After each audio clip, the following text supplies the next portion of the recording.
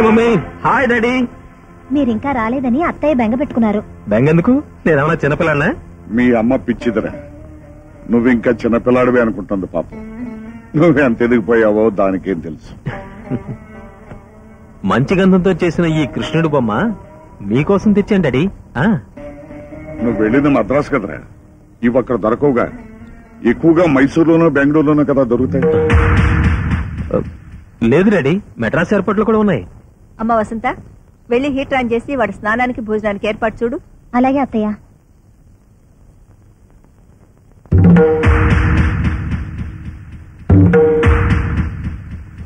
ఏరా, మెడ్రాస్ ఎయిర్పోర్ట్ లో బెంగళూరు ఎయిర్పోర్ట్ ముద్రలు వేస్తున్నారా? నువ్వు వెళ్ళింది బెంగళూరు, ఉన్నది hotel Holiday Inn room number 201 లో. Mister and missus doctor Venugopala పేరు మీద ఉన్నారు. ఏమై కరెక్ట్? కొంచెం మెల్లిగా మాట్లాడండి, కోడలు వింటే దాని గుండె పగిలిపోతుంది. ఏమిటా నువ్వు చేస్తున్న పని? కుటుంబ గౌరవం మంట కలిపి మరొక ఆడదాన్ని వెంటేసుకుని ఊళ్ళు తిరుగుతున్నావా? అమాయకురాలైన నీ భార్యని మోసం చేయడానికి నీ మనసు ఎలా ఒప్పిందిరా? ఎవరా పిల్ల? ఎంతకాలం నుంచి సాగుతోంది ఈ వ్యవహారం? నేను మెడిసిన్ చదివే రోజుల్లో ఆ అమ్మాయిని ప్రేమించాను. ఆమె పేరు ప్రియ. కొన్ని అవాంతరాల వల్ల అది పెళ్లిదాకా రాలేదు. అందుకే మీకు చెప్పలేదు. ఇప్పుడు నేను లేకుండా ప్రియ బతకలేనంటోంది. నేను కాదంటే ఆత్మహత్య చేసుకుంటానంటోంది. అందుకే ప్రియని పెళ్లి చేసుకోవాలనుకుంటున్నాను.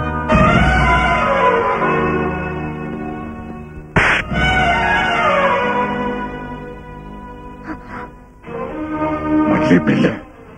కట్టుకున్న పిల్ల ఉండగా మరో పెళ్లి చేసుకుంటానంటావురా? ఆ మాట అంటానికి నీకు నోరెలా వచ్చిందిరా?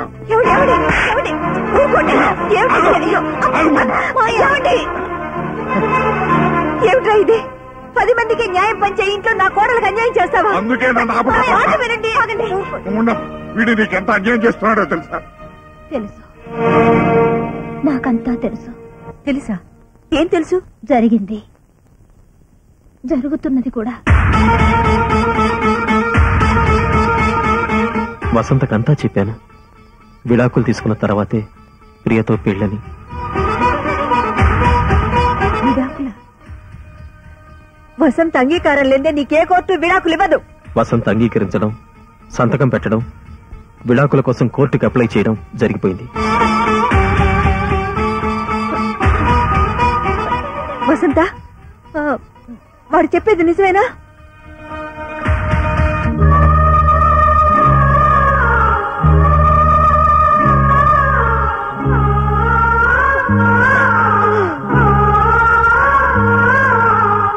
చూడండి, కన్నవాళ్లుగా నన్ను దండించే హక్కు మీకుంది.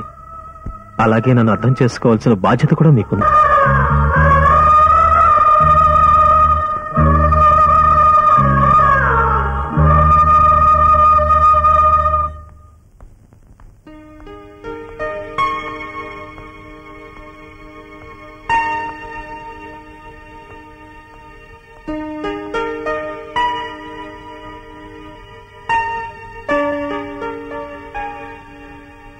ఏమైంది వేణు, అలా ఉన్నావే? నిన్నే వేణు, ఏమైంది? మన విషయం ఇంట్లో తెలిసిపోయింది. దాంతో నేనే నిజం చెప్పేశాను. గొడవైందా?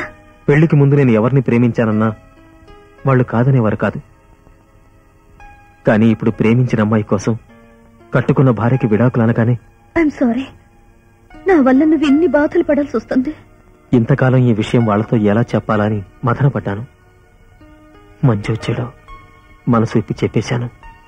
నన్ను అర్థం చేసుకోమని ప్రార్థించాను. నువ్వేం ప్రార్థించినా వాళ్ళకి మనోవేదనే వేణు. అవును, ఇట్స్ ఆల్ రైట్.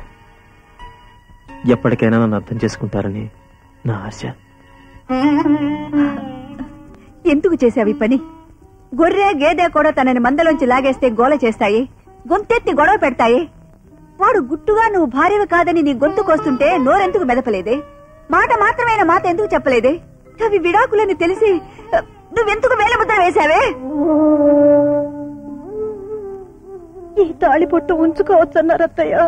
అయ్యో, ఆ తాళిబొట్టేనే ఈ దేశంలో ఆడదాని స్వేచ్ఛకు తాళం. అమ్మా నాన్నలకు దూరంగా బతకమనేది ఆ తాళి, తన తోబుట్టుల్ని కలవలేని స్థితిలోకి తెచ్చేది ఆ తాళి, భర్త బలహీనతల్ని అర్థం చేసుకోమనేది ఆ తాళి, నచ్చని కాపురంలో గొంతెత్తకుండా చేసేది ఆ తాళి. కాని వాడు విడాకులు ఇస్తానన్నా కూడా ఆ తాళే నీ నోటికి తాళమైంది అంటే ఇక ఆ భగవంతుడు కూడా నిన్ను కాపాడలేడే. విడాకులిస్తే నన్ను మీ దగ్గర ఉండనివ్వరా అత్తయ్య?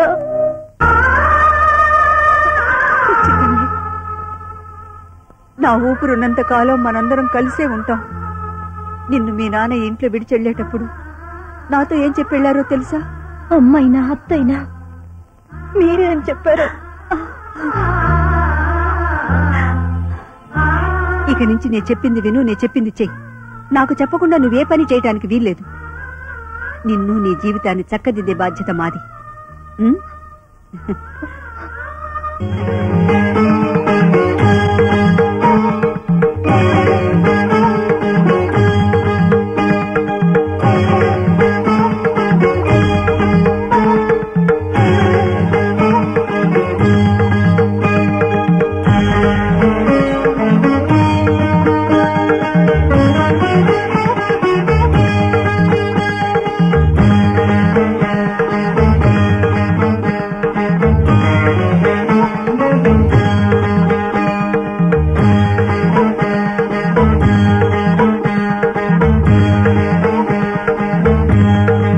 నెక్స్ట్.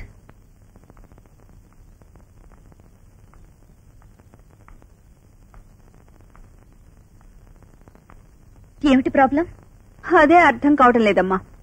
ఈవిడ నా కోడలు. పెళ్ళై ఏడాదైనా ఇంకా నెల తప్పలేదు. పెద్ద ఆలస్యమైందని కాదు, కానీ మనవాడిని ఎత్తుకోవాలని మీకు తొందరగా ఉంది. అదే. రండి, టెస్ట్ చేస్తాను.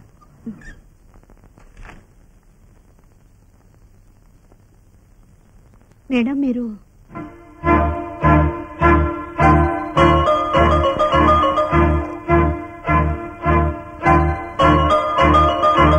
ఈమెలో ఏ లోపం లేదు.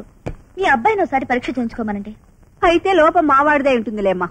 పరీక్ష చేయకుండానే ఎలా చెప్పగలరా? మా వాడు దీన్ని పట్టించుకోకుండా తిరుగుతున్నాడమ్మా. వాడు తనతో పాటు పనిచేసే అమ్మాయి మోజులో పడ్డాడు.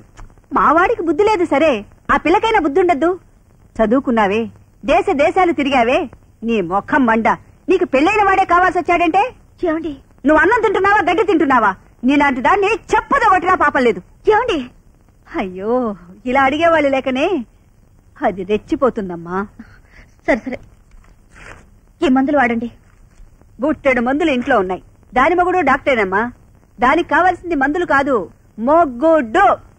ఈమె మొగుడు డాక్టరా? అతని పేరు? అడుగో మాటల్లోనే వచ్చాడు. వీడే దాని మొగుడు.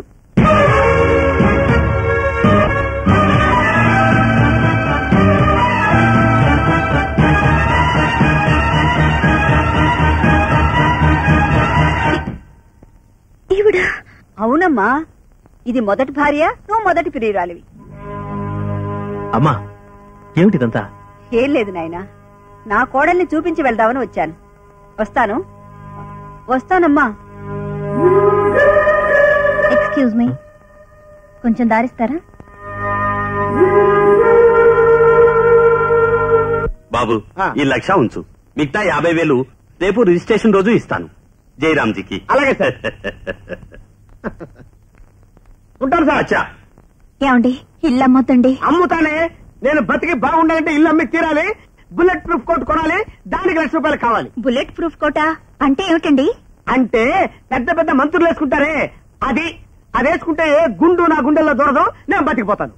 ఏమండి, మీరు లేకుండా బ్రతకగలను కానీ ఇల్లు లేకుండా అలా బ్రతకనండి. నేను లేకుండా బతకగలవు గాని ఇల్లు లేకుండా బతకలేవు అన్నమాట. అంటే నాకంటే నీకు ఇల్లే ముఖ్యం అన్నమాట. నువ్వు నిజంగా జగ్గారా కూడా మనిషివేనే. వాడిని కూడా వాడి సంగతి కూడా తెలిచేస్తాను. అమ్మో, వెంటనే బుల్లెట్ ప్రూఫ్ కొనుక్కోనాలి.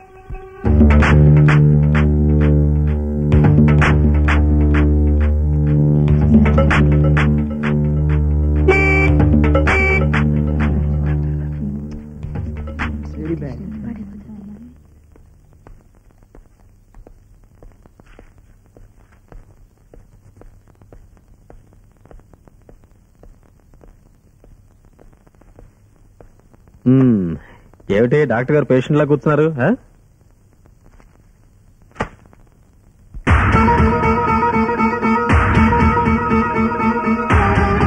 నా పేరు వసంత. ప్రస్తుతం డాక్టర్ వేణుగోపాల్ గారి భార్యని. 15/7/94 మేమిద్దరం కోర్టు ద్వారా విడాకులు తీసుకోబోతున్నాం. మరుసటి రోజు నేను ఇంకో పెళ్లి చేసుకోవాలనుకుంటున్నాను. అందుకు నాకు వరుడు కావాలి. 5 అడుగుల 6 అంగుళాల ఎత్తు, 25 సంవత్సరాల వయస్సు, కులమతాల పట్టింపు లేదు.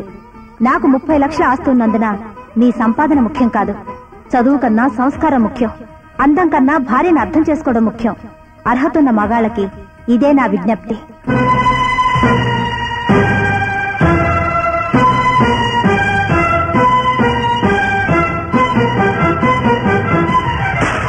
వసంత, వసంత, ఏమిటిదంతా? దాన్ని అడిగితే అదేం చెప్తుంది? నన్ను అడుగు, నేను చెప్తా. మా కోడలికి పెళ్లి చేయటానికి ఆ ప్రకటన మేమే ఇప్పించాం. నువ్వు ఇంకో అమ్మాయిని చూసుకోగలేంది? తను మరో పెళ్లి చేసుకుంటే తప్ప మగాడికొక రూలు, ఆడదానికి ఒక రూలా? చేసుకోమనమా, కానీ పెళ్లి కోసం ఇలా బజార్న పడాల్సిన అవసరం లేదు. కరెక్టరా? నువ్వంటే మగాడివి, బజారంటే వెళ్తావు, 10 మంది ఆడపిల్లలను చూస్తావు, నీ ఇష్టం వచ్చిన అమ్మాయిని సెలెక్ట్ చేసుకుంటావు. సారీ, ఆల్రెడీ సెలెక్ట్ చేసేసుకున్నావు కదా. మరి వసంత్ అంటే ఇంట్లో ఉండే పిల్ల, ఎక్కడికైనా వెళ్తుంది, ఎవరిని చూస్తుంది. అందుకని ఈ విధంగా పేపర్ ప్రకటన ఇచ్చి ఆ వచ్చిన వాళ్లలో తనకు నచ్చిన వాడిని సెలెక్ట్ చేసుకునే కర్మ పట్టింది. దెబ్బతిన్న మనిషి కదా, జాగ్రత్త ఎక్కువ తీసుకుంటుంది. ఏ జాగ్రత్తనే తీసుకోవచ్చు, ఎవరినైనా ఎన్నుకోవచ్చు. కానీ ఈ హడావిడంతా ఇంకా విడాకులు రాకుండానే నా భార్యగా ఉండగానే చేస్తే ఎలా చెప్పండి? అదేమిట్రా, నువ్వింకా వసంత మొగుడుగా ఉండగానే విడాకులు రాకుండానే మరో అమ్మాయితో కాపరమే చేయగలింది. వసంత్ ఇంకో మొగుడిని వెతుకోవటం తప్ప? నీకో న్యాయం, ఆ అమ్మాయికో న్యాయం.